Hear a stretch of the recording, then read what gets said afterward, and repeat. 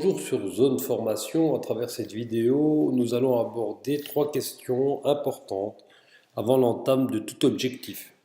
Ces questions sont tirées de la littérature de la PNL, la programmation neurolinguistique, et elles sont attribuées à Richard Bandler, l'un des 2 concepteurs de la PNL. Voilà, donc l'idée c'est qu'on est dans un état présent et on désire atteindre un objectif. Et donc pour ce faire, nous allons développer toute une série de moyens et de ressources afin de réaliser cet objectif. Ces moyens et ressources sont soit de l'ordre de l'interne, soit de l'ordre de l'externe. Nous avons aussi à ôter certaines contraintes et obstacles qui sont soit de l'ordre de l'interne, soit de l'ordre de l'externe. C'est ce qu'on va développer à travers les 3 questions qui vont venir interroger tous ces aspects-là. La première question est la suivante, c'est que voulez-vous? Cette question est importante car elle permet de préciser l'objectif. Et donc pour ce faire, plusieurs questions sont importantes. C'est qu'est-ce que je veux? Est-ce que mon objectif est-il formulé par exemple positivement? Ne pas utiliser de négation, ne pas dire je ne veux pas, mais plutôt donc utiliser les choses de manière positive. Est-il réalisable, donc réaliste? Est-ce que vous avez les capacités ou les moyens afin d'atteindre cet objectif? Mon objectif ne dépend-il que de moi? Qu'est-ce qui ne dépend que de moi pour atteindre mon objectif? Ça, c'est une question fondamentale. Donc, est-ce qu'il est sous ma maîtrise totale? Mon objectif est-il formulé avec précision? Il est important donc de se donner un calendrier à la réalisation de cet objectif, de se visualiser déjà à la réalisation de cet objectif, de savoir dans quel contexte je serai, ce que les gens diront, ce que je ressentirai. C'est tout ça qui doit être, qu'il est important plutôt de développer pour pouvoir optimaliser la réalisation de l'objectif. Est-ce qu'il y a des inconvénients à atteindre cet objectif? C'est la notion de l'écologie en PNL. Ça part du principe suivant, c'est que donc quand on se fixe un objectif et qu'on l'a atteint, quelles sont les conséquences que ça a par ailleurs?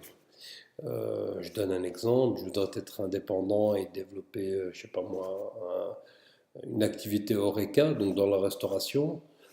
Je suis arrivé à l'atteinte de mon objectif, mais je passe de moins en moins de temps avec les gens de ma famille, avec ma femme, avec mes enfants. Cela aura donc des conséquences et il faut pouvoir les calculer. Voilà, donc je schématise ici vraiment les points les plus essentiels, mais vous voyez que donc toutes ces questions sont importantes, en tout cas tous ces critères sont importants à déjà juste la définition de l'objectif. Après la définition, se pose la question de quoi auriez-vous besoin pour y arriver?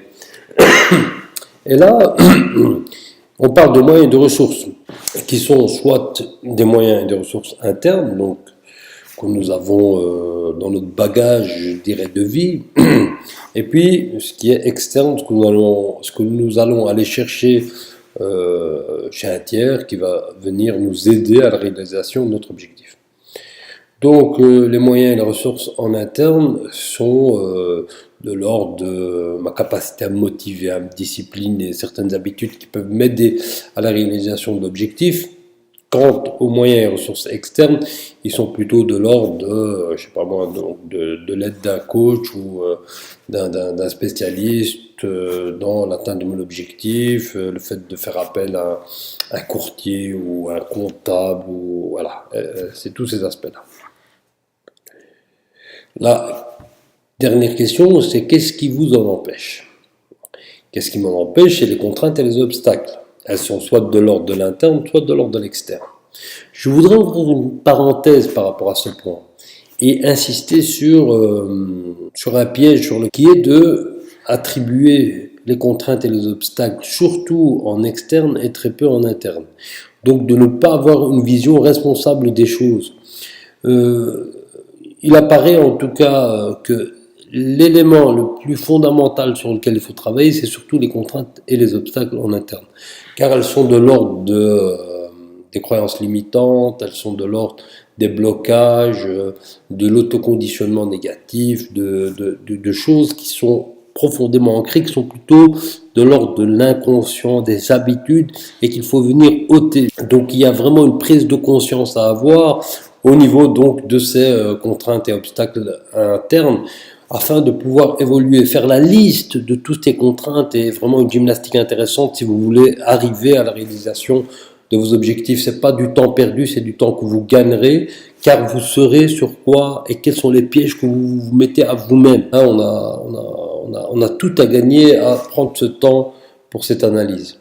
Après, vous avez aussi donc des contraintes et des obstacles externes, je sais pas moi, un accident, ça peut être voilà, un divorce, ça peut être un mariage, ça peut être ce qui n'est pas directement sous votre contrôle à vous et que vous devez subir dans l'atteinte de l'objectif. Voilà.